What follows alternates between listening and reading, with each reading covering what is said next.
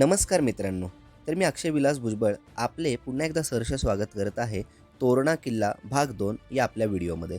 मागील भाग 1 मध्ये आपण गडावर कसे याल, गडावरचे प्रमुख दरवाजे आणि तसेच तोरणजाई माता मंदिर याची माहिती घेतली. गडाचा उर्वरित इतिहास आणि गडाच्या उर्वरित विभागांची माहिती आपण भाग 2 आणि 3 मध्ये घेऊयात. खोकड टाक्याच्या थोडेसे पुढे गेल्यावर आपल्या नजरेस लक्कडखाना पडतो. हल्ली येथे पर्यटक राहायला देखील येतात आणि तसेच पुढे जात राहिल्यावर आपण झुंजार माचीच्या जवळ पोहोचतो व तेथूनच झुंजार माचीकडे उतरायला एक लोखंडी शिडी हल्लीच लावलेली आहे.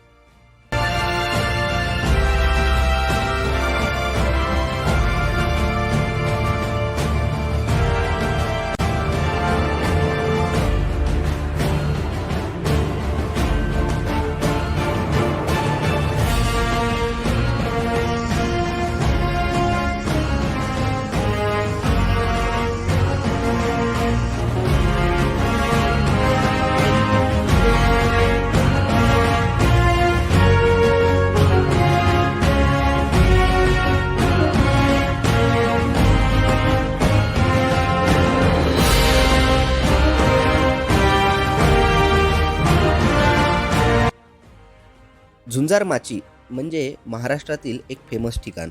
आपण कुठल्याही मुखपृष्ठावर किंवा कुठेही इंटरनेटवर सर्च केल्यावर ही झुंजार माची आपले कायमच लक्ष वेधून घेते व ही झुंजार माची आपल्या समोर असल्यावर आपल्याला तेथे उतरण्याचा मोह आवरत नाही.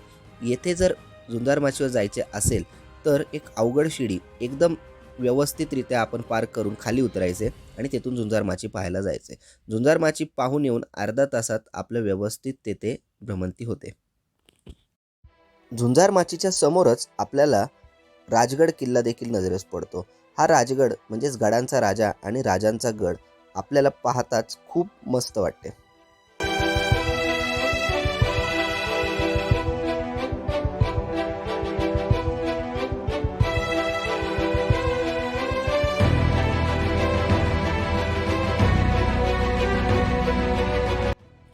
झुंजार माची व्यवस्थित पाहून झाल्यावर आपण बालेकिल्ल्यावरील इतर वास्तू पाहायला जायचे. यामध्ये बरेचसे बुरुज, तटबंदी, मेंगाई माता मंदिर, तोरणेश्वर महादेव मंदिर आणि नवीनच बांधलेल्या बऱ्याचशा धर्मशाळा, पाण्याचे टाके, तलाव यांचा समावेश होतो.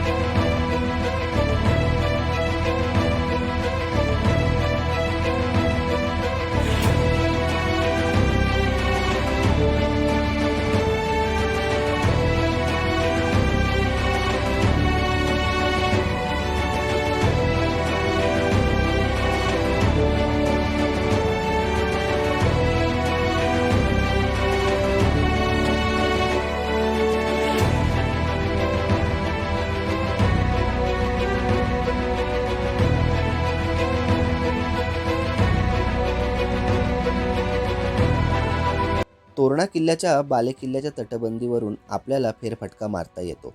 तर आपण सगळ्या बुरुजांवरून आणि तटबंदीवरून येथे चालत जाऊन आपले मार्गक्रमण करू शकतो.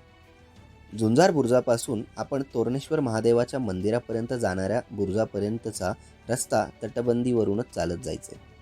वाटेत आपल्याला पाण्याचे तलाव, टाके आणि टुरिस्ट हाऊस दिसतात.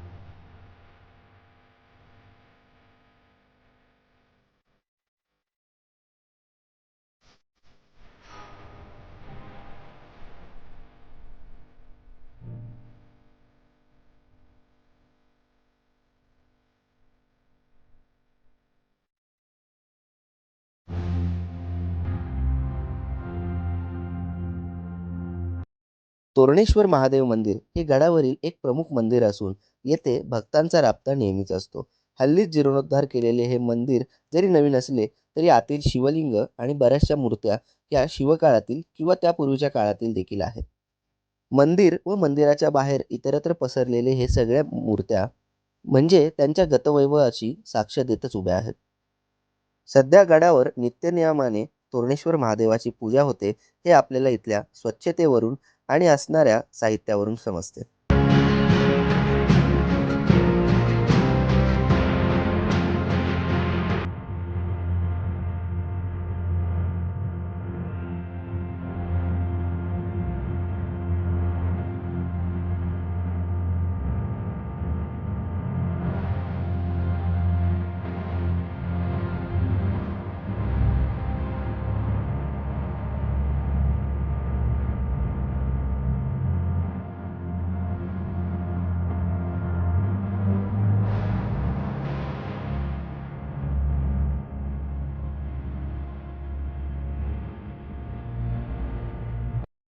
तर मित्रांनो, तोरण्याच्या बालेकिल्ल्यावर जे आपण सगळ्यात प्रमुख जे ठिकाण आहे तिथे आत्ता आपण आलेलो असून तोरणेश्वर मंदिर याचा हल्लीच गेल्या 5-7 वर्षात जीर्णोद्धार झालेला असून आपल्याला इथे दिसतंय ते हे मंदिर आत्ताच बांधलेलं आहे. मूळची मूर्ती ही आतली आहे व आपण पाहू शकतो की इथे बाजूला किंवा समोरच खूप चांगल्या पद्धतीचं त्या काळातलं बांधकाम असणाऱ्या शिळा किंवा आपण एक कलात्मक दृष्टीचे खांब असे आहेत.